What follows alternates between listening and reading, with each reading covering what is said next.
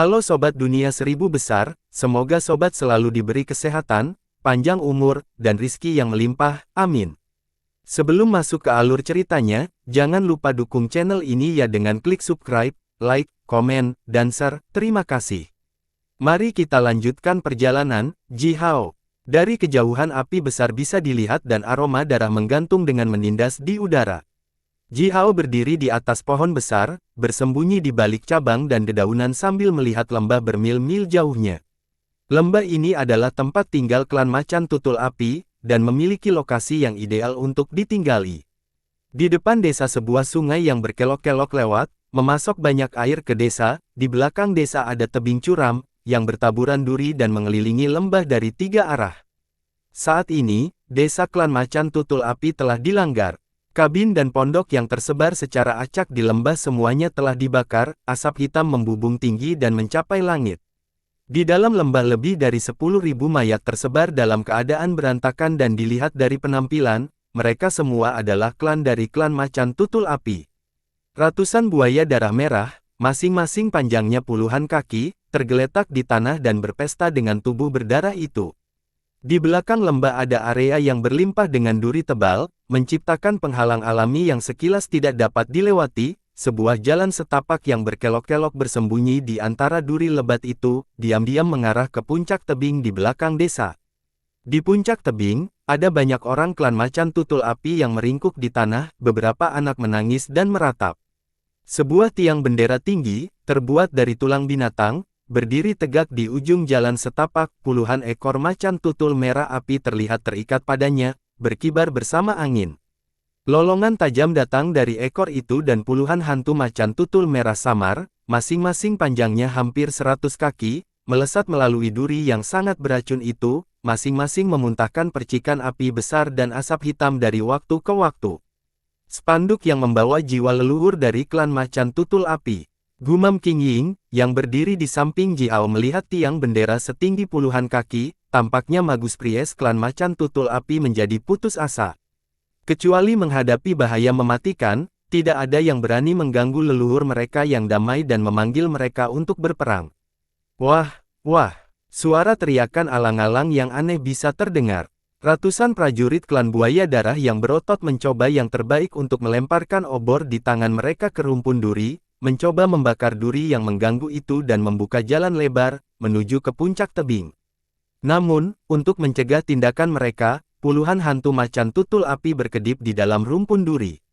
Setiap kali cabang-cabang dinyalakan, macan tutul api ini terlihat melesat seketika, membuka mulut mereka dan menghirup setiap percikan api ke dalam perut mereka yang terbuka. Prajurit klan buaya darah itu telah melemparkan ribuan obor yang dibuat dengan lemak binatang buas ke arah rumpun duri, tetapi gagal membakar bahkan sedikit darinya. Sekelompok besar pria pendek, berkulit hijau, bermata melotot dan seperti katak melambaikan blowgun mereka yang indah, dengan keras mengutuk orang-orang klan macan tutul api di puncak tebing. Ini adalah orang-orang klan katak hantu. Hampir 100 wanita klan macan tutul api yang ditangkap ditekan ke tanah oleh prajurit klan katak hantu ini. Selain itu masing-masing wanita ini adalah sekelompok pria klan kabut hantu yang menunggu dengan tidak sabar. Wanita-wanita ini berjuang dan menangis putus asa di tanah, suara mereka menyebabkan semua anak klan macan tutul api di puncak tebing mulai meratap dan berteriak. Pengecut dari klan macan tutul api, kami telah membantai anggota klan Anda, kami telah membakar desa Anda, dan kami bermain dengan wanita Anda. Teriak seorang prajurit klan katak hantu, yang kulitnya dihiasi dengan pustula seukuran kepalan tangan dan menunggangi katak hantu beracun sepanjang puluhan kaki. Lihat. Kulit wanitamu sangat putih dan lembut, haha. Jauh lebih putih daripada wanita klan katak hantu kita. Apakah kamu akan melihat mereka disiksa sampai mati oleh kami? Tidak. Mengikuti geraman yang mengamuk, seorang pria kokoh yang tubuhnya berlumuran darah lengan kirinya yang hilang dan mungkin beberapa musuh, melompat dari antara beberapa ratus prajurit klan Fire Leopard yang tersisa di tiang bendera berekor leluhur mereka. Dia bergegas dengan ganas di sepanjang jalan setapak yang dipenuhi dengan amarah dan kebencian. Prajurit klan macan tutul api yang telah berlari menyusuri jalan setapak sepanjang hampir 7 mil terengah-engah, dan melambaikan kapak besinya, meretas ke arah musuh terdekat. Puluhan prajurit klan katak hantu mengangkat blowgun mereka bersama-sama. Seiring dengan suara desir, puluhan duri hitam beracun meledak dan mulai menanamkan diri mereka secara mendalam di tubuh prajurit klan macan tutul api.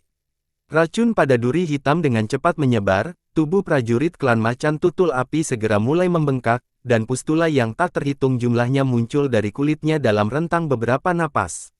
Prajurit klan macan tutul api hanya bisa terhuyung-huyung kurang dari 10 langkah ke depan sebelum runtuh, tubuhnya yang kokoh menghantam tanah dengan keras. Dalam sekejap mata, tubuh prajurit klan macan tutul api yang dulunya keras dan kokoh, menjadi genangan darah seperti nanah hitam, perlahan mengalir kemana-mana. Kamu katak bau, selamatkan tubuhnya. Bayi saya belum cukup makan. Sepotong daging yang enak dan kamu menyia-nyiakannya. Teriak prajurit klan buaya darah dengan marah, yang mengenakan baju besi kulit merah darah dan memegang sepasang pedang berat. Di lembah, sekelompok besar prajurit klan buaya darah dan klan katak hantu mengangkat kepala mereka, sambil tertawa ke langit dengan gila-gilaan dan merajalela. Ji Hao menyipitkan matanya, dan dengan mudah menyelimuti seluruh lembah, yang beradius sekitar puluhan mil, dengan kekuatan spiritualnya. Dia melihat bahwa itu ada sekitar 1000 prajurit klan buaya darah di lembah, sementara jumlah prajurit klan katak hantu 2 kali lipat, dengan sekitar 2000. Tak satu pun dari prajurit ini berada pada level yang sama dengan magi senior atau magus priest. Prajurit yang paling kuat adalah puluhan junior magi dari klan buaya darah, di mana sebagai klan katak hantu hanya memiliki sekitar 10 junior magi di jajaran mereka. Baik untuk klan buaya darah atau klan katak hantu, makhluk purba yang mereka sembah, buaya darah dan katak hantu, jauh lebih kuat daripada gagak api emas berkaki 3, oleh karena itu, kekuatan garis keturunan yang mereka peroleh dari makhluk kuno ini jauh lebih lemah daripada orang-orang klan gagak api. Persentase magi senior dan junior magi dari prajurit mereka juga jauh lebih rendah. Hanya jumlah orang ini, kapan sampah klan buaya darah dan klan katak hantu itu menjadi begitu tak kenal takut? Ji Hao mencibir, dia dengan cepat menghubungkan peristiwa ini dengan beberapa hari yang lalu di mana Di Luo dan bawahannya mencoba menjebaknya. Insiden ini memiliki perasaan yang kuat sebagai skema. Paman, beritahu orang-orang kita untuk bersiap. Ji Hao mengangkat lengan kanannya, melambai ke depan dan berteriak, ayo bunuh semua anjing sialan ini. Trimen melangkah keluar dari hutan dan berdiri di samping sungai. Dia menghentakkan kakinya dengan keras di tanah dan mengakar dirinya dalam-dalam ke tanah dengan dua akarnya yang tebal ini, tubuhnya mengembang. Dengan cepat dan segera membengkak ke ukuran aslinya. 3 raksasa setinggi hampir 2000 kaki berdiri di samping sungai, menarik nutrisi yang kaya dari air sungai, sementara itu, akarnya dengan cepat membentang di bawah tanah. Dalam rentang hanya beberapa napas, akarnya menyeberangi sungai, yang lebarnya ratusan kaki, dengan cepat mendekat di bawah desa klan macan tutul api. Bunuh, geram Ji Hao dengan suara rendah. Bunuh, setuju Trimen, meraung bersama Ji Hao, mulutnya yang gelap dan seperti lubang pohon kolosal yang terbuka, memuntahkan udara dingin dalam jumlah besar. Riban akar hitam setebal lengan melesat keluar dari tanah, menusuk ke arah prajurit klan buaya darah dan klan katak hantu seperti ular berbisa. Ada begitu banyak akar yang tertusuk dari tanah sehingga menutupi hampir seluruh lembah. Prajurit klan buaya darah dan klan katak hantu semuanya merasa seperti bahkan langit menjadi gelap. Musuh, teriak prajurit klan buaya darah yang memegang 2 pedang. Suara yang dibuat oleh akar yang menembus tubuh manusia bisa terdengar. Tubuh ratusan anak buah klan buaya darah dan klan katak hantu terlemah tertusuk oleh akar Trimen. Akar-akar panjang itu membawa tubuh mereka dan naik tinggi ke udara. Sejumlah besar darah memercik ke bawah dan bagi para prajurit yang bertarung, seolah-olah langit sedang menghujani darah. Wah! Ho! Raungan bergema datang dari hutan. 2000 prajurit klan gagak api, menunggangi binatang buas yang dikontrak mereka, bergegas keluar dari hutan, mendekati sungai. Semua binatang buas mereka meraung keras dan dengan kuat melompat menyeberangi sungai, melanjutkan dengan momentum besar untuk bergegas ke desa klan macan tutul api yang terbakar. Prajurit klan buaya darah dan klan katak hantu mengguncang senjata mereka dengan keras, memotong akar pohon yang menusuk ke arah mereka satu demi satu. Mereka berteriak dengan panik dan ngeri, tampak terkejut pada prajurit klan gagak api yang terbang menyeberangi sungai dan bergegas ke arah mereka. Pada saat berikutnya, Ratusan anak panah menukik di udara, menembus tenggorokan mereka dan membuat mereka terbang mundur, darah menyembur keluar dari mulut mereka dalam semburan merah. Prajurit gagak api bergegas ke kerumunan prajurit klan buaya darah dan klan katak hantu sementara mereka semua bingung, dan mengangkat senjata mereka tinggi-tinggi, dan menjatuhkan sekelompok musuh. Prajurit klan buaya darah dan klan katak hantu itu terbunuh sama seperti rumput sebelum kebakaran hutan, seolah-olah mereka bahkan lupa untuk melawan. Ya Tuhan, mengapa mereka ada di sini? Prajurit klan buaya darah yang memegang sepasang pedang itu berteriak. Kau! Ji Hao berkokok ke arah langit. Bola cahaya berapi-api melesat keluar dari punggungnya, dan dengan cepat mengembun menjadi sepasang sayap berapi-api, mengepak di belakang tubuhnya. Dengan tubuhnya terbungkus cahaya redup, Ji Hao berubah menjadi seberkas api, melesat keluar dari hutan, terbang menyeberangi sungai dan area datar selebar hampir 1 mil di depan desa, dan langsung bergegas ke desa, meninggalkan bayangan dan gelombang udara panas di belakang. Prajurit klan buaya darah dengan sepasang pedang adalah junior magus tingkat puncak, sementara dia melambaikan pedangnya dan meraung ke langit, awan kabut darah muncul di belakang tubuhnya, di dalamnya, buaya darah sepanjang lebih dari 100 kaki sedang berguling. Setiap kali buaya darah berguling di awan kabut darah itu, kulit prajurit ini akan menjadi tembus pandang. Dengan bantuan murid ajaib gagak emas Ji Hao dengan jelas melihat 8 meridian di dalam tubuhnya, yang bersinar dengan cahaya merah darah. Di meridian itu, beberapa akupuntur magus seukuran ibu jari bersinar terang. Orang ini sangat dekat dengan kebangkitan magus acu points-nya, pikir Ji Hao. Tapi kamu tidak akan sampai di sana dalam hidup ini. Tertawa Ji Hao tertawa keras, dia terbang melintasi bermil-mil, muncul di depan prajurit itu, melemparkan pukulan ke wajah prajurit klan buaya darah itu. Hal yang dibawa oleh sayap berapi-api Ji Hao adalah kecepatan luar biasa, yang sangat cepat sehingga orang biasa bahkan tidak bisa menangkap Ji Hao dengan mata mereka. Gagak api emas kuno mampu melakukan perjalanan dari atas ke bawah di dunia bawah. Gagak api emas yang paling kuat bisa terbang melintasi 100.000 mil dalam satu saat. Meskipun Ji Hao tidak bisa disebutkan dalam nafas yang sama dengan makhluk legendaris seperti gagak api emas kuno, di antara junior magi biasa, dia cukup cepat untuk membuat musuhnya tidak berdaya, misalnya prajurit klan buaya darah di depannya, yang menatap udara dengan tatapan kosong, bahkan tidak melihat bayangan Ji Hao. Dia melambaikan pedangnya yang berat dengan gila-gilaan dan bergerak maju, murni mengandalkan instrik bertarungnya yang baik. Istirahat, teriak Ji Hao. Dia mengunci jari-jarinya, memicu Lin, Bing, Dou, Z, 4 dari 9 kata rahasia, secara bersamaan. Semua kekuatan internalnya berkumpul bersama, seperti manik-manik emas yang kuat. Dia membawa kekuatan alam di sekitarnya, memukul ke depan tanpa kenal takut. Semua otot Ji Hao mengencang dan semua tulangnya berderit, membuat suara seperti lonceng logam yang berat.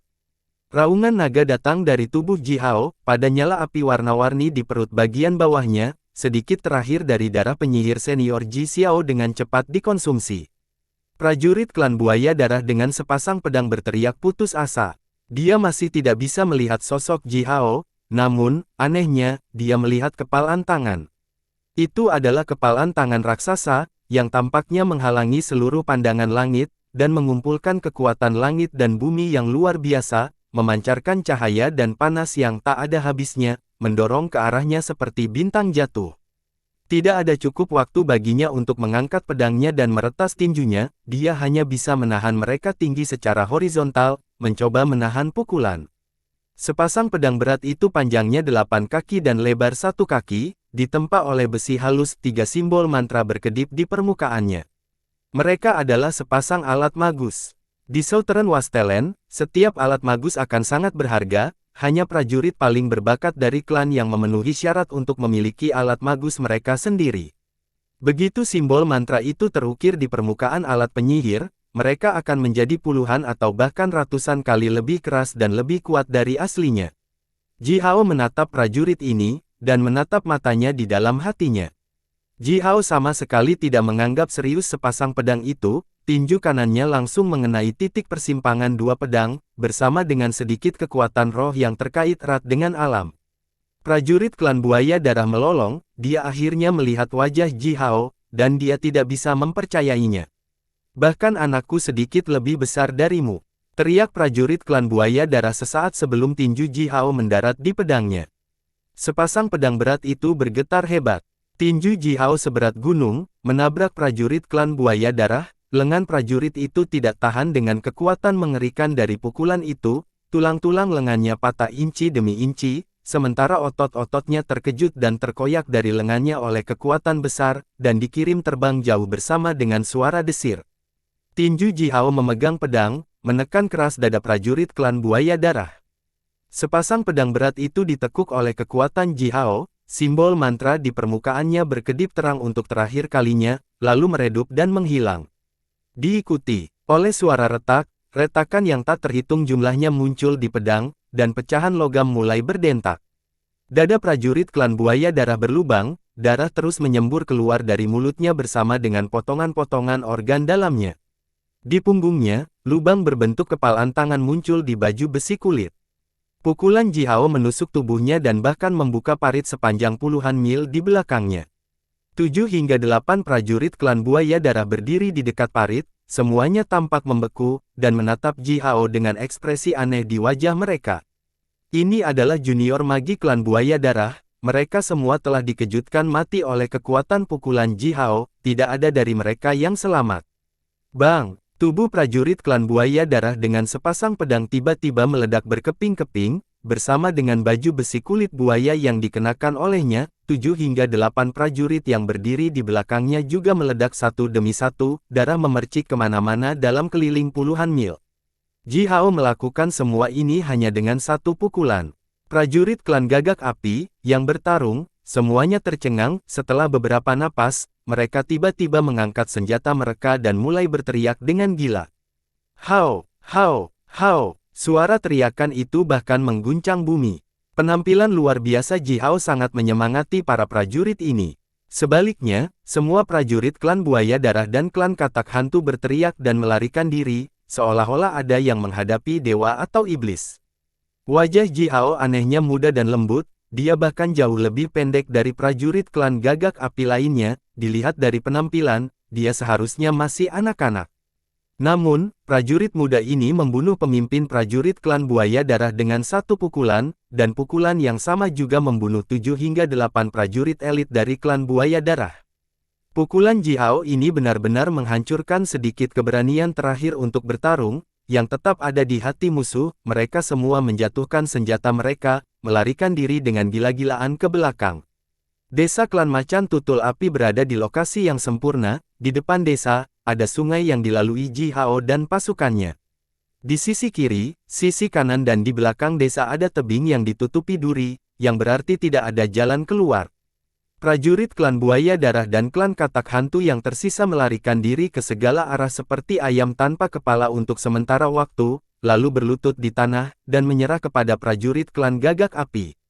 Trimen berjalan dari seberang sungai dengan langkah berat, menjatuhkan beberapa tanaman merambat yang tebal dan kuat, para prajurit gagak api kemudian mengikat musuh yang menyerah itu.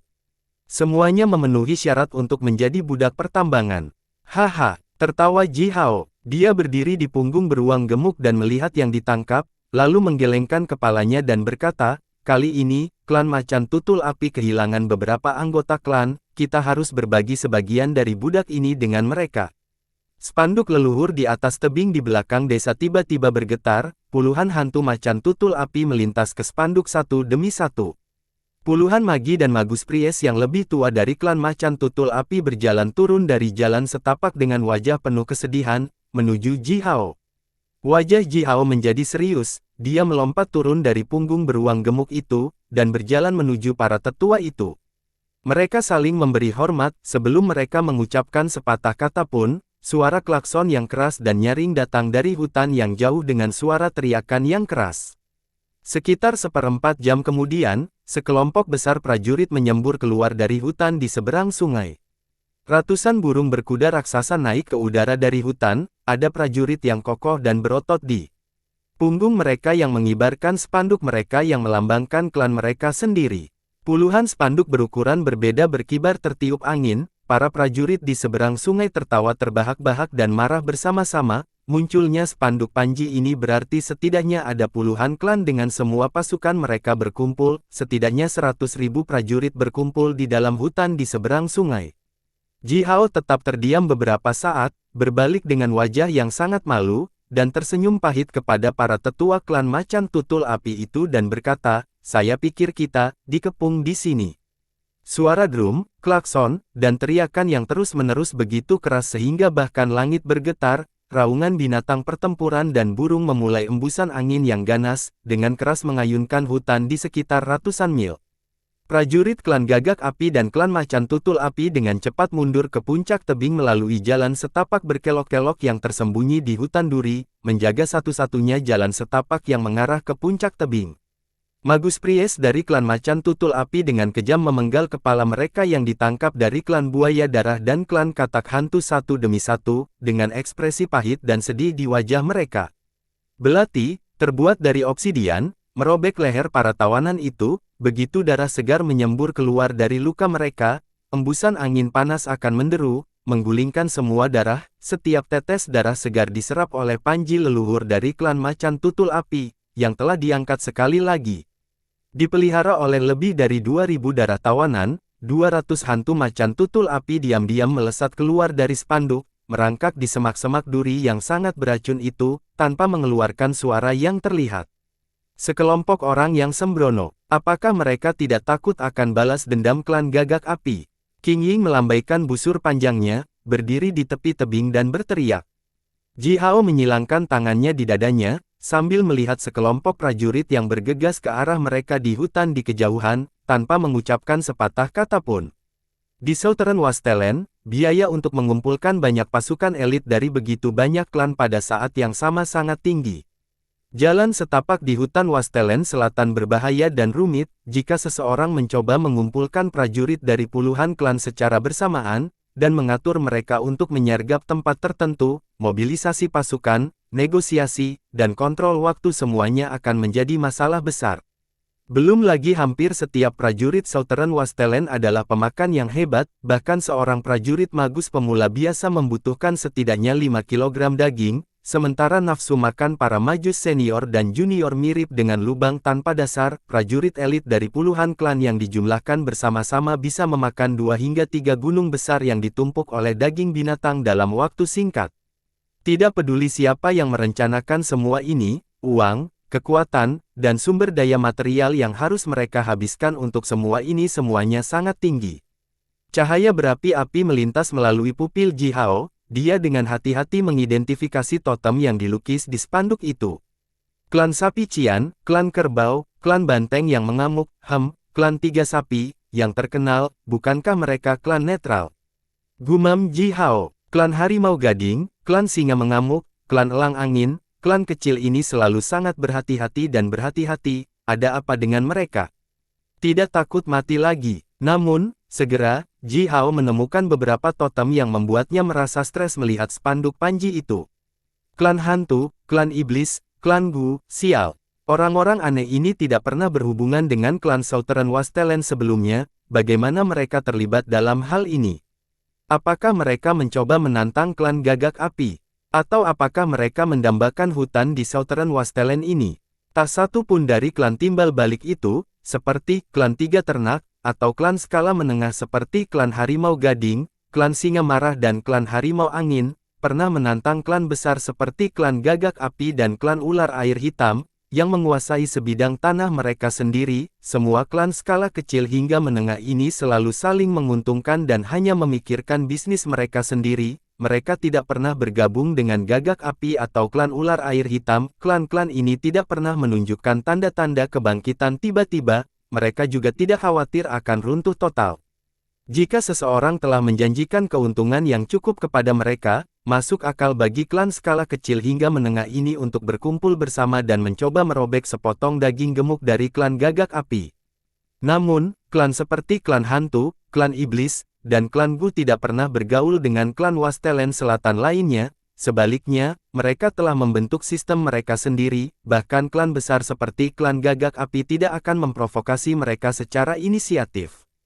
Ambil klan Hantu sebagai contoh, mereka tidak memiliki kekuatan garis keturunan, apa yang mereka miliki, adalah sistem warisan, yang disebut warisan hantu, dari generasi ke generasi, mereka menyembah roh jahat dan hantu, yang ada di hutan. Setiap anak yang baru lahir akan bergabung dengan hantu jahat setelah dia datang ke dunia ini, menjadi makhluk setengah manusia dan setengah hantu. Dengan menggabungkan tubuh mereka sendiri dengan hantu-hantu itu, mereka akan dikaruniai semua jenis kekuatan aneh yang tak terbayangkan.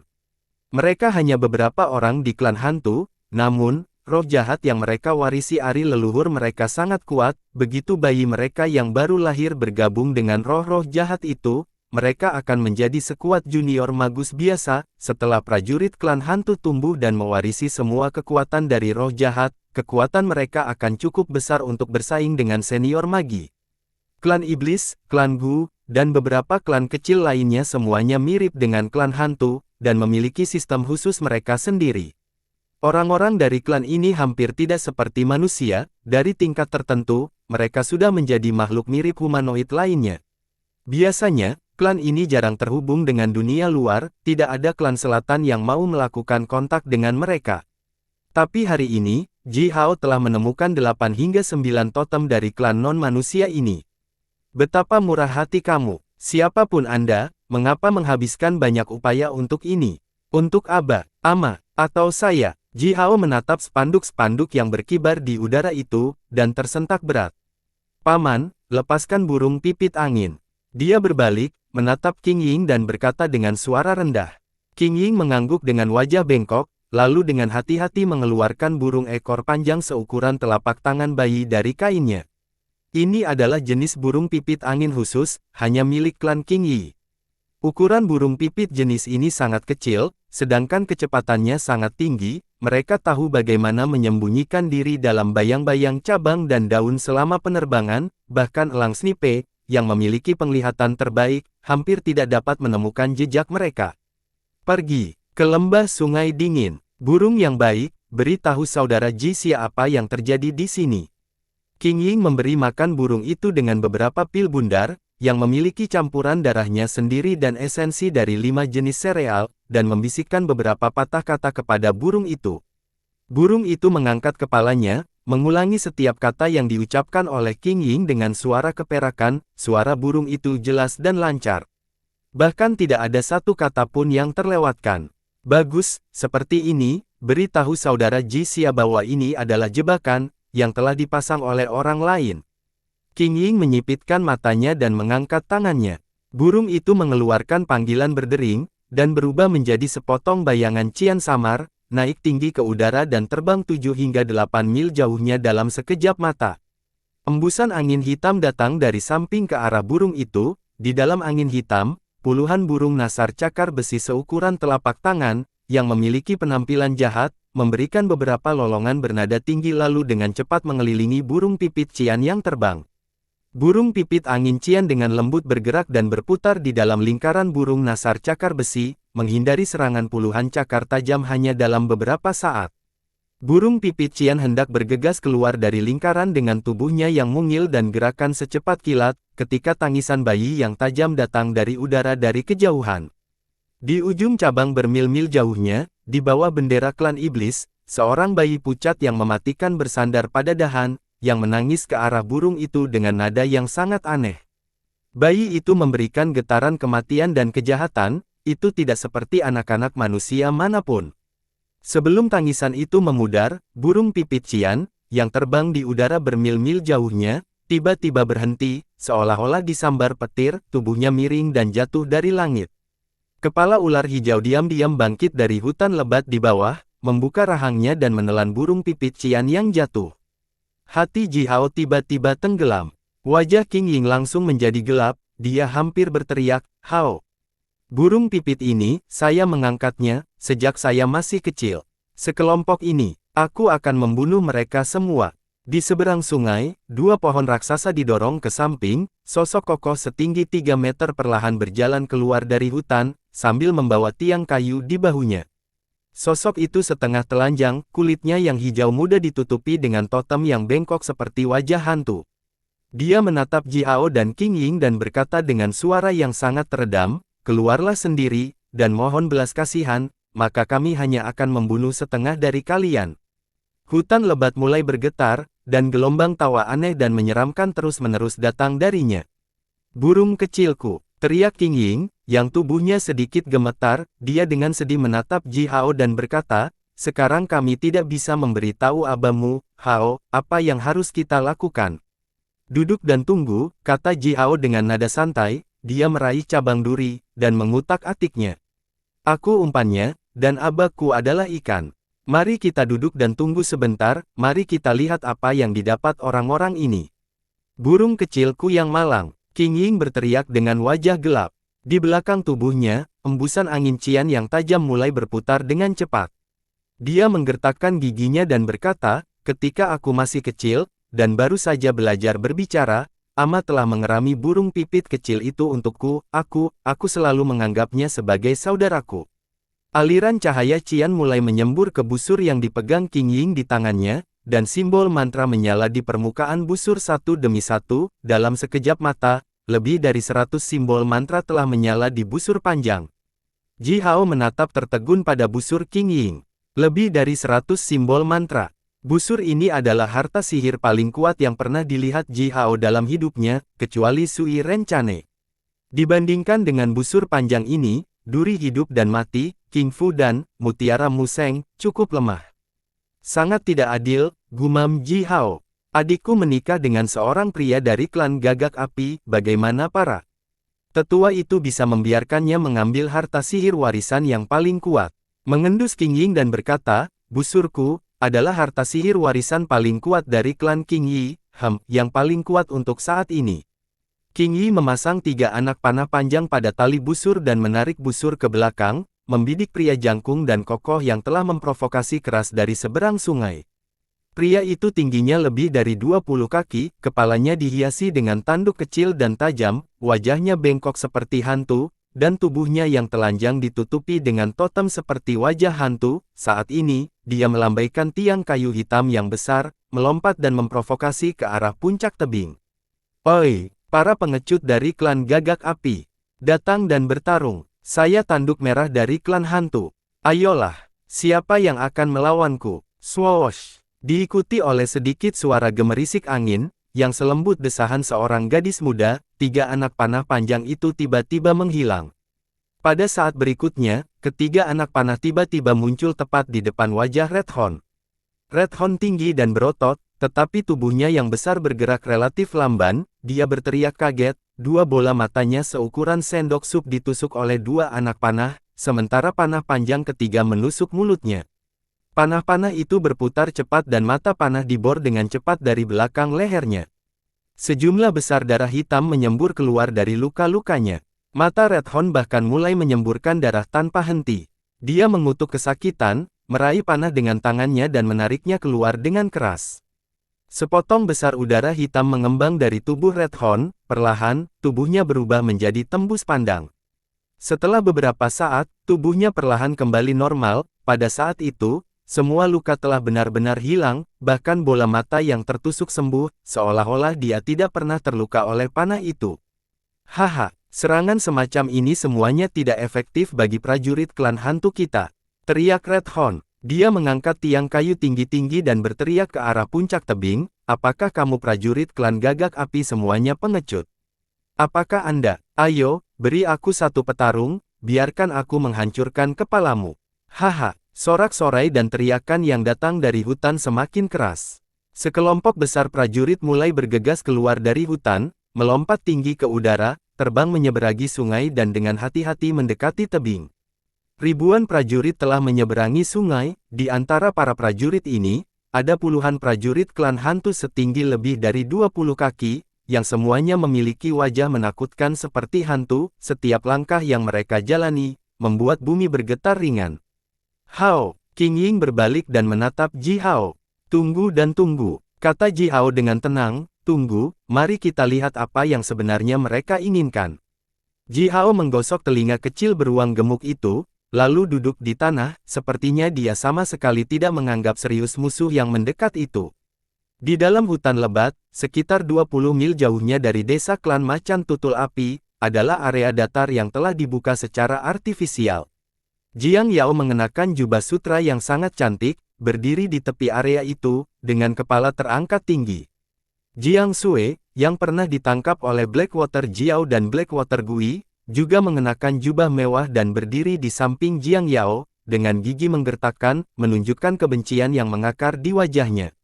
Bibiku yang baik, aku ingin Ji Hao mati, aku akan memotongnya, mengirisnya menjadi beberapa bagian, aku akan memberi makan serangga paling kotor dengan dagingnya. Kutuk Jiang Sui. Jiang Yao tersenyum, dan sambil perlahan dan lembut membelai wajah Jiang Sui yang lembut dan lembut, dia berkata, dia pasti akan mati, apa? Pendapatmu tentang putra Jimu? Aku tahu dia tidak sebaik Wu, tapi jika kamu menikah dengannya, aku, bibimu, akan memperlakukanmu sebagai putriku sendiri. Hanya jika Ji Hao mati, kata Jiang Sui dengan suara rendah sambil menggertakkan giginya, kekejaman melintas di matanya. Kalau begitu kita akan membuatnya mati. Wajah cantik Jiang Yao juga sedikit berputar, jika bukan karena dia, Wuku, putraku tersayang tidak akan mati, jika bukan karena dia, kamu tidak akan tertangkap oleh tua itu, Blackwater Gui, dan aku tidak perlu membayar sebanyak itu untuk menukarmu kembali. Dari hutan, seekor ular bertanduk raksasa perlahan menggeliat keluar, Blackwater Jiao berdiri di atas kepala ular bertanduk itu, sambil dengan rakus menatap tubuh seksi Jiang Yao dari atas ke bawah, dan berkata, Jiang Yao, tidak perlu berbicara dengan cara ini. Setidaknya, sekarang kita memiliki target yang sama, bukan? Kami punya kesepakatan, kepala Jixia dan putranya adalah milikku. Setelah menarik napas dalam-dalam, Blackwater Jiao melanjutkan dengan bangga, tanah suci klan saya menawarkan hadiah, bahwa hanya jika saya dapat membawa kembali kepala Jixia dan menawarkannya kepada leluhur kita, saya dapat memiliki harta sihir yang diwariskan. Kalau ditambahkan dengan kepala Ji Hao, maka garis keturunan Raja Penyihir klan Gagak Api akan benar-benar dihilangkan. Bayangkan, berapa banyak hadiah tambahan yang bisa saya dapatkan untuk itu.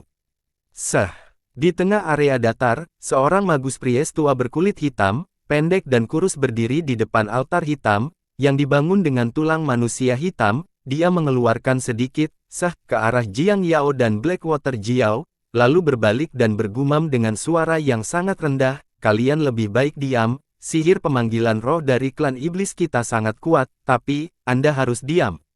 Jika kamu secara tidak sengaja mengganggu leluhur kita, jangan salahkan aku atas bahaya yang tidak terduga.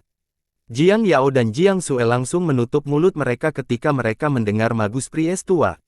Blackwater Jiao menatap magus priest tua, jejak keserakahan dan keganasan melintas di matanya, yang tampaknya sulit dikendalikan. Magus priest tua mengeluarkan tongkat tulang hitam, dan memulai tarian yang sangat aneh di sekitar altar, sementara itu, dia membisikkan mantra aneh, nama Ji Hao muncul dalam mantra itu dari waktu ke waktu.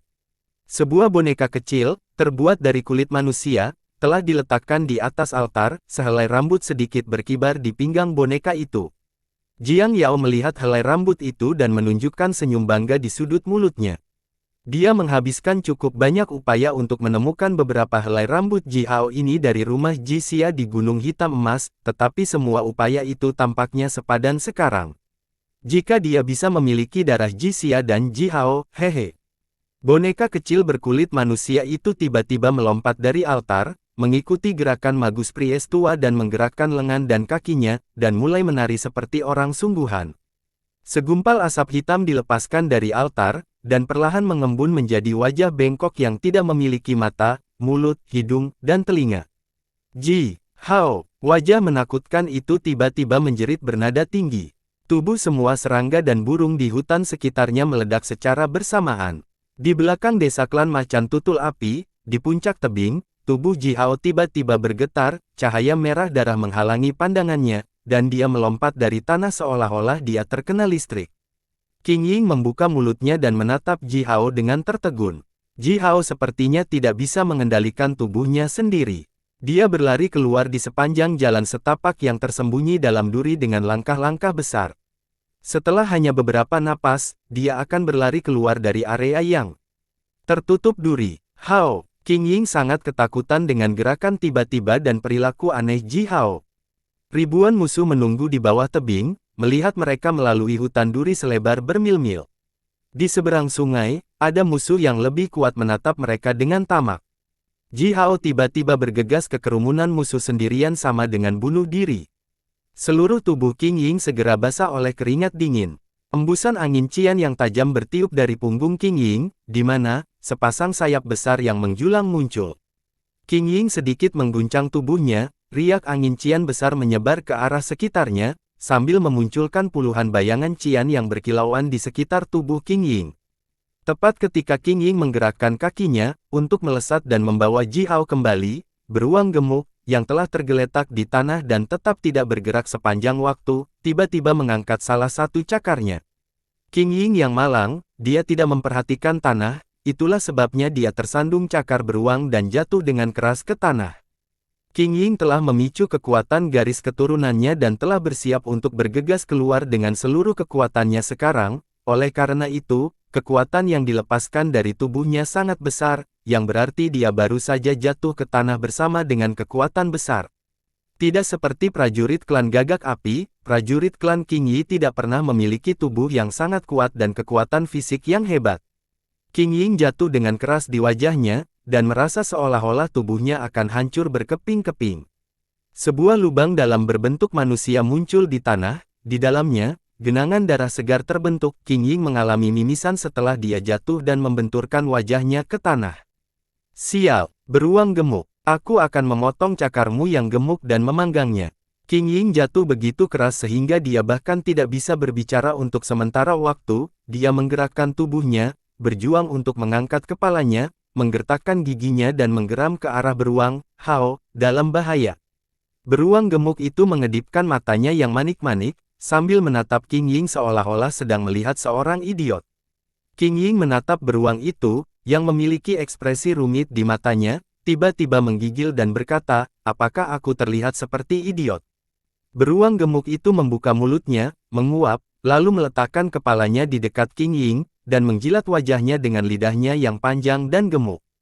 Qing Ying menggelapkan wajahnya dan menyipitkan matanya, sambil menatap Krimen, yang berdiri di hutan duri sama sekali tidak bergerak. Aku hampir lupa, kemana perginya semua makhluk aneh itu, yang dipanggil Ji Hao selama perjalanan.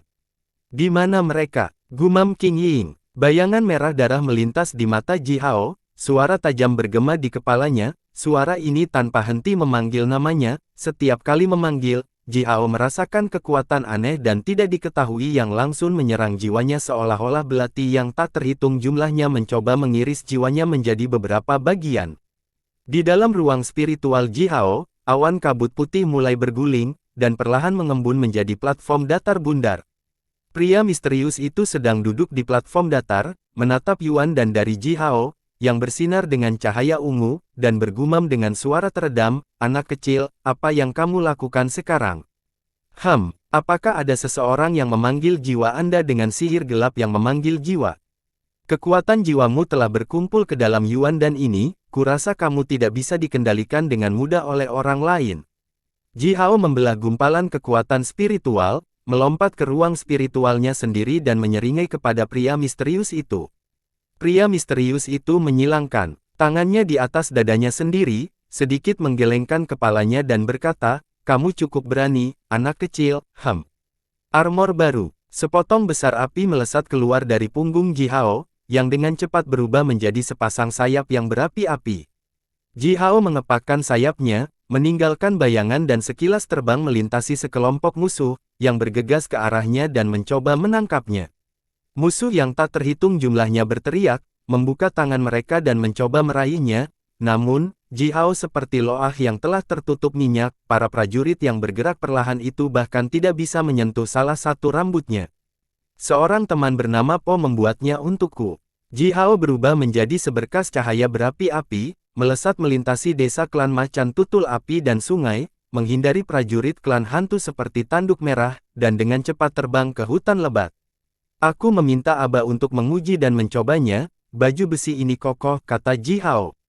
Tegas. Pria misterius itu bergumam dengan sedikit cemoohan, armor yang kokoh kurang dapat diandalkan daripada tubuh yang kokoh. Lihat aku tidak pernah menggunakan baju besi apapun. Tanduk merah melambaikan tiang yang berat dan mengikuti Ji Hao dengan cermat. Dia berteriak di belakang Ji Hao. Tiang kayu besar itu memulai embusan angin yang ganas, sekuat tornado, tanaman yang tak terhitung jumlahnya terkoyak oleh angin, potongan-potongan kayu berdesir ke arah Ji Hao seperti hujan lebat, yang semuanya terbakar menjadi abu setelah mengenai sayap berapi-api Ji Hao. Ji Hao benar-benar mengabaikan tanduk merah, yang mengikuti dan mengutuknya. Dia mengencangkan wajahnya, sementara matanya kehilangan fokus, berpura-pura bahwa jiwa dan pikirannya dikendalikan oleh orang lain dan dengan cepat bergerak menuju hutan yang dalam.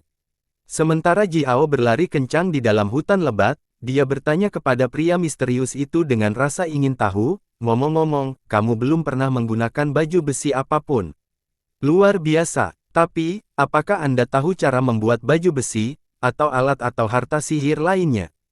Po memiliki keterampilan menutupi harta karun yang fantastis, aku benar-benar cemburu padanya. Aku menukar mantra sihir Butian Bulou dengan mantra dan dengan 9 kata rahasia milikku, aku tidak akan memanfaatkanmu, aku memiliki beberapa mantra dan teknik sihir lainnya, jika kamu memiliki keterampilan membuat alat yang bagus, kita bisa berdagang sekali lagi, yah, bahkan jika Anda merasa bahwa mantra saya itu terlalu lemah untuk Anda dapat memberi saya keterampilan pembuatan alat tingkat rendah, saya tidak peduli, saya tidak tahu apa-apa tentang itu. Bagaimana menurutmu? Ji Hao melanjutkan sebelum pria misterius itu menjawab. Pria misterius itu tetap diam beberapa saat sampai Ji Hao mendekati area datar di dalam hutan, di mana altar dipasang dan sedang melanjutkan sihir panggilan jiwa. Dia perlahan berkata, keterampilan membuat alat adalah trik kecil, bahkan tidak layak disebut, aku bisa menghancurkan armor apapun dengan satu pukulan biasa, untuk apa aku membutuhkan keterampilan membuat alat. Ji Hao berhenti berlari di dekat tepi area datar, lalu berkata dengan sedikit keheranan, apakah kamu tidak tahu apa-apa tentang pembuatan alat, kan? Pria misterius itu tidak menanggapi. Lengannya tetap disilangkan di depan dadanya sendiri. Platform datar bundar di bawah tubuhnya dengan cepat hancur, berubah menjadi gumpalan kabut putih dan bergabung dengan ruang spiritual. Setelah itu, pria misterius itu diam-diam menghilang, seperti biasa. Ji Hao tidak tahu kemana menghilang, tidak peduli seberapa keras dia mencoba. Ji Hao, di atas altar, wajah bengkok dan menakutkan itu berteriak. Tubuh Ji Hao tiba-tiba mulai bergetar, dan mulai berjalan menuju altar selangkah demi selangkah, dengan tubuh dibungkus oleh cahaya berapi-api kipas angin, mirip dengan mayat berjalan. Pria tua kurus itu, berdiri di depan altar, tertawa menyeramkan, mengetuk altar dengan tongkat tulang hitamnya, lalu menoleh ke Jiang Yao, dan berkata, Magus Priestess yang terhormat, saya telah sepenuhnya mengendalikan jiwa anak ini, dia telah menjadi boneka saya, jadi, tentang apa yang telah kamu janjikan padaku? Bang! Sebuah pohon kuno yang menjulang tinggi, yang akan membutuhkan puluhan orang untuk memeluknya, dihancurkan oleh tiang kayu tanduk merah, menyebabkan embusan angin kencang bertiup ke area datar bersama dengan sejumlah besar pecahan pohon. Tanduk merah bergegas masuk sambil terengah-engah, mengarahkan jarinya ke Ji Hao dan berteriak, Heiku! Jangan pernah berpikir untuk mengambil semua hadiah sendiri. Apa yang dijanjikan Magus Priestess yang agung kepada kita, kita tidak akan melepaskannya. Tanduk merah menghentakkan kakinya dengan keras di tanah, menatap Jiang Yao lalu berteriak dengan keras, wanita. Jangan lupa, bahkan jika kamu sudah menangkap anak ini, setelah abahnya muncul, kamu masih membutuhkan kami untuk membantumu menangkap abahnya hidup-hidup. Jiang Yao melirik Red Horn yang penuh ketidaksukaan, mengangkat kepalanya tinggi-tinggi, perlahan berjalan ke arah Ji Hao, mengangkat dagunya dengan tangannya dan berkata dengan tidak sabar, baiklah, kamu hal-hal bodoh, semua yang telah aku janjikan padamu, aku pasti akan memberikannya kepadamu. Jiang Yao kemudian mencengkeram wajah Ji Hao, menggertakkan giginya dan mencibir, Ji Hao, bajingan kecil sialan. Pupil Ji Hao yang tampaknya tidak fokus tiba-tiba berubah kembali normal, sementara cahaya keemasan yang menusuk mata tiba-tiba melesat keluar dari matanya. Dentang, diikuti oleh suara yang cerah dan jernih, Ji Hao menarik pedang tajam yang dia rebut dari penyihir senior dari klan ular air hitam, dan menusuknya langsung ke dada Jiang Yao. Ji Hao kemudian memutar pergelangan tangannya, memutar pedang tajam di dalam dada Yang Yao, dan menggeram jijik, Jiang Yao, jalang sialan, apakah kamu akan berhenti? Kecuali aku membunuhmu, kamu akan terus mengganggu keluargaku. Jiang Yao menatap Ji Hao seolah-olah dia sedang menatap hantu. Magus Priest tua yang berdiri di depan altar menjerit bernada tinggi ketakutan. Bersambung.